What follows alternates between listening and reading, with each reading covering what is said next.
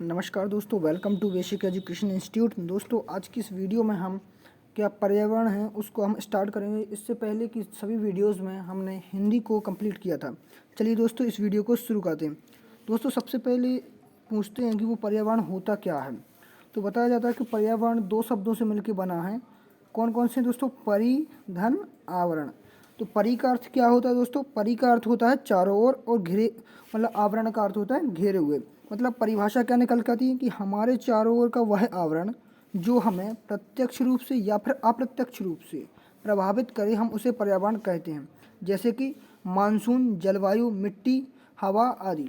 मतलब जैसे मानसून बदलता है वो हमें लगातार अपने ऊपर इफेक्ट डालता रहता है। जैसे कि यदि बरसात का मौसम है तो हमें ऑफिशियली रूप से थोड़ी बहुत ठंड की महसूस होता है, गर्मी होने पर हमें इसे गर्म का एहसास होता है। इसी तरीके से वो हमारे ऊपर लगातार प्रभाव छोड़ता रहता है, तो इसे हम क्या कहते हैं? पर्यावरण कहते हैं। ठीक है, ये इससे हमेशा एक ही क्वेश्चन आता ही रहता है, और हर साल आने वाला क्वेश्चन कौन सा है? ये कि विश्व पर्यावरण दिवस कब मनाया जाता है दोस्तों? विश्व पर्यावरण 5 जून को मनाया जाता है। यानी हर साल जो है विश्व पर्यावरण दिवस 5 जून को मनाया जाता है। इसके बाद पूछते हैं दोस्तों, पर्यावरण के घटक कौन कौन से हैं? तो दोस्तों, पर्यावरण के दो घटक होते हैं। कौन कौन से हैं वो? एक भौतिक घटक है, दूसरा जैविक घटक। एक भौतिक घटक, दूसरे जैविक घटक। भौतिक घटक में कौन कौन से तत्व आते हैं? तो वायु, जल, मिट्टी, ये सभी कौन से घटक हैं? ये भौतिक घटक हैं। मतलब सिंपल सी बात ये है दोस्तों, भौतिक घटक में वही जीव आते हैं या वो चीज़ें आती हैं जो अजीवित हैं। इसके बाद जो जैविक घटक है उसमें जीव जंतु, मनुष्य, सूक्ष्म जीव आते हैं। तो ये क्या है, उसकी बेसिकली डेफिनेशंस हैं कि जो पर्यावरण है उसके दो प्रकार के घटक होते हैं। दोस्तों, ये थी पर्यावरण का एक बेसिक इंट्रो। इसके बाद दोस्तों देखते हैं आखिरकार प्रदूषण क्या होता है ना। ठीक है,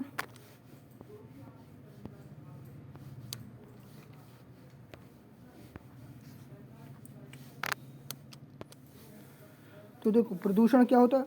मनुष्य के वातावरण में होने वाले ऐसे परिवर्तन जो भौतिक, रासायनिक हों या फिर जैविक, अवांछनीय परिवर्तन जो हमें प्रत्यक्ष या अप्रत्यक्ष रूप से मानव को प्रभावित करे, उसे हम प्रदूषण कहते हैं।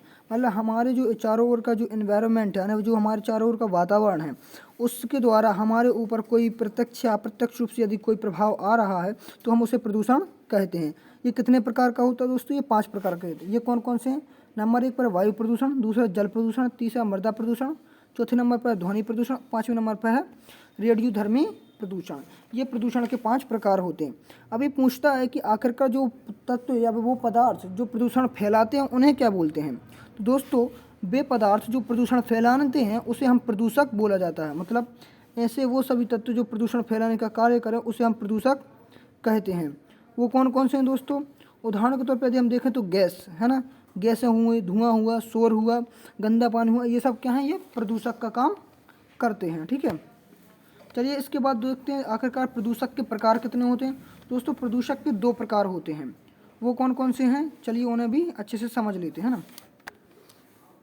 प्रदूषक के 2 प्रकार हैं। एक है जैविक निम्नीकरण प्रदूषक और दूसरा है अजैविक निम्नीकरण प्रदूषक। आखिरकार जैविक निम्नीकरण प्रदूषक क्या होते हैं?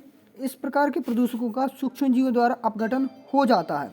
मतलब इनका अपघटन पॉसिबल है, इसीलिए उन्हें हम जैव निम्नीकरण प्रदूषक कहते हैं। जैसे कि घरेलू कूड़ा करकट या घर की सब्जियां, ये सब आप बाहर फेंक देते हैं तो कुछ समय बाद ये अपघटित हो जाती हैं। तो ये कौन से प्रदूषक हैं? ये जैविक निम्नीकरण प्रदूषक हैं। परंतु एक ऐसे भी पदार्थ होते हैं जो सूक्ष्म जीवों द्वारा अपघटित नहीं हो पाते हैं, उन्हें हम अजैविक निम्नीकरण प्रदूषक कहते हैं। उदाहरण के तौर पर कांच हुआ, प्लास्टिक हुआ, डीडीटी हुआ, पारे की यौगिक मरकरी आदि, ये सभी जो तत्व हैं ये क्या है? अपघटित नहीं होते हैं, इसीलिए जो है ये प्रदूषक के अनिम्नीकरण प्रदूषक कहलाते हैं।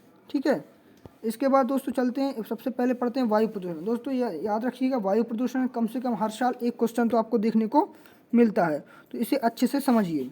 सबसे पहले क्या वायु प्रदूषण होता क्या है, इसकी परिभाषा क्या है? तो बोलते हैं कि वायु के भौतिक, रासायनिक या जैविक गुणों का एक ऐसा अवांछनीय परिवर्तन जिससे हमारी प्राकृतिक संपदा नष्ट हो, उसे वायु प्रदूषण कहते हैं।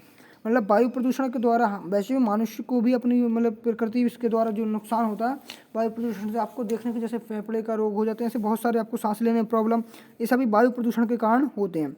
ये पूछते हैं प्राथमिक वायु प्रदूषक गैसें कौन कौन सी हैं? तो कार्बन डाइऑक्साइड है ना, carbon monoxide, sulphur dioxide, nitrogen dioxide, chlorofluorocarbon, hydrogen sulphide, धुआं एवं धूल के कण, ये सभी वायु प्रदूषक के प्राथमिक वायु प्रदूषक कहलाते हैं। इसके बाद दूसरा द्वितीयक वायु प्रदूषक कौन कौन से हैं? तो ऑक्सीजन परऑक्साइड यानी O3, पर ऑक्सी एसिटिल नाइट्रेट यानी पेन, ये सभी क्या हैं? ये द्वितीयक वायु प्रदूषक कहलाते हैं। मतलब कुछ ऐसे भी होते हैं जो नॉर्मली होते हैं, उन्हें प्राथमिक, और जो ऐसे हैं जो मतलब कम पाए जाते हैं परंतु ये बहुत ज़्यादा नुकसान पहुंचाते हैं, उन्हें हम द्वितीयक वायु प्रदूषक भी कहते हैं। इसके बाद देखते हैं दोस्तों इनसे कौन कौन से रोग होते हैं। तो धूल से हमें पता है दोस्तों फेफड़े को प्रभावित करते हैं क्योंकि सांस लेने में प्रॉब्लम होती है। पारा किसे प्रभावित करता है? पारा रक्त धमनियों को प्रभावित करता है। CO2 गैस किसको प्रभावित करती है? CO2 दोस्तों मस्तिष्क को प्रभावित करती है। किसको प्रभावित करती है? मस्तिष्क को प्रभावित करती है, हाँ, मस्तिष्क को। और वायु प्रदूषण के परिणाम क्या क्या हो सकते हैं? तो दोस्तों वायु प्रदूषण के द्वारा अम्लीय वर्षा, ओजोन क्षरण, ग्रीन हाउस प्रभाव, भोपाल गैस त्रासदी, ये सभी 4 ऐसे परिणाम हैं जो मैक्सिमम होते रहते हैं। किस कारण से दोस्तों? ये वायु प्रदूषण के कारण होते हैं। चलिए एक एक करके इन्हें समझ लेते हैं।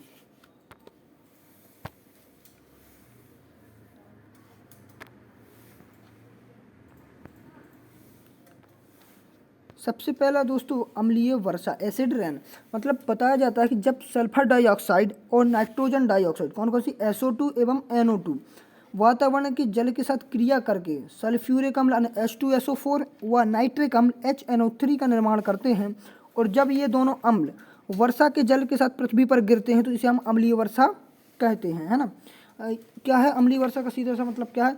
जब SO2 और NO2 आपस में क्रिया करेंगे, है ना, और ये वर्षा के जल के साथ जब वो क्रिया करके सल्फ्यूरिक अम्ल यानी H2SO4 और HNO3 बनाते हैं, इसके बाद यह है कि जो वर्षा के साथ ही क्या पृथ्वी पर गिरते हैं, इससे क्या होता है? पृथ्वी जो वर्षा है उसकी अम्लीयता बढ़ जाती है, जिस कारण से जब ये पृथ्वी पर गिरते हैं तो इसे हम अम्लीय वर्षा कहते हैं।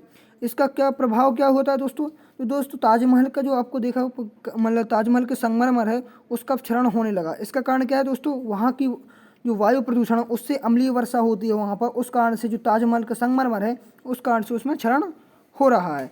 इसके बाद दोस्तों नेक्स्ट है ओजोन क्षरण। ओजोन क्षरण क्या है दोस्तों? हमें पता है दोस्तों हमारे जो वायुमंडल है उसमें कि समताप मंडल में एक परत पाई जाती है जिसे क्या बोलते हैं? ओजोन परत बोलते हैं। ये करती क्या है दोस्तों? ये परत जो सूर्य से आने वाली घातक पराबैंगनी किरणें हैं उनसे हमारी सुरक्षा करती है। इन्हें मानव का सुरक्षा कवच भी कहते हैं, है ना। परंतु क्या है दोस्तों, मानव के द्वारा प्रयोग किए जाने वाले जो फ्रिज यानी रेफ्रिजरेटर हैं वो जेट हवाई जहाज़ों से एक गैस निकलती है जो कि क्लोरोफ्लोरोकार्बन यानी CFC। इस कारण से ये ओजोन परत अब क्या है? लगातार क्षरण हो रही है। इसमें पहला जो छिद्र है वो कब देखा गया दोस्तों? ये इसका जो पहला छिद्र है यह 1980 में देखा गया था, है ना। कब देखा गया था? 1980 में। और कहाँ पर देखा गया था? अटलांटिका महाद्वीप के ऊपर यह देखा गया है। और ओजोन परत संरक्षण दिवस 16 सितंबर को मनाया जाता है। और ओजोन परत से मानव को कौन सा कैंसर होता है दोस्तों? ओजोन परत के क्षरण से मानव को त्वचा का कैंसर होता है। दोस्तों इस वीडियो में इतना ही। आई होप आपको ये सभी कॉन्सेप्ट समझ में आए होंगे। और आपको यदि ये PDF चाहिए तो आपको स्क्रीन पर जो WhatsApp नंबर दिख रहा है इस पर आप मैसेज कर दीजिए, मैं आपको PDF सेंड कर दूंगा। धन्यवाद दोस्तों इस वीडियो को देखने के लिए।